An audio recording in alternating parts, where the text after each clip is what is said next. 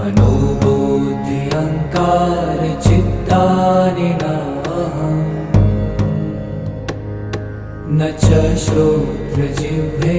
न च घ्राणनेत्रे न च व्योमभूमिर्न तेजो न वायु चिदानन्दरूप शिवोऽहं शिवोऽहम्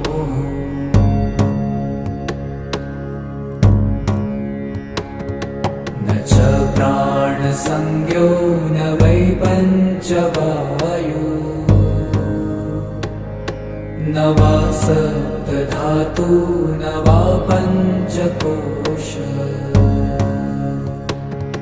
न वा पाणिपादं न चोपस्थपायु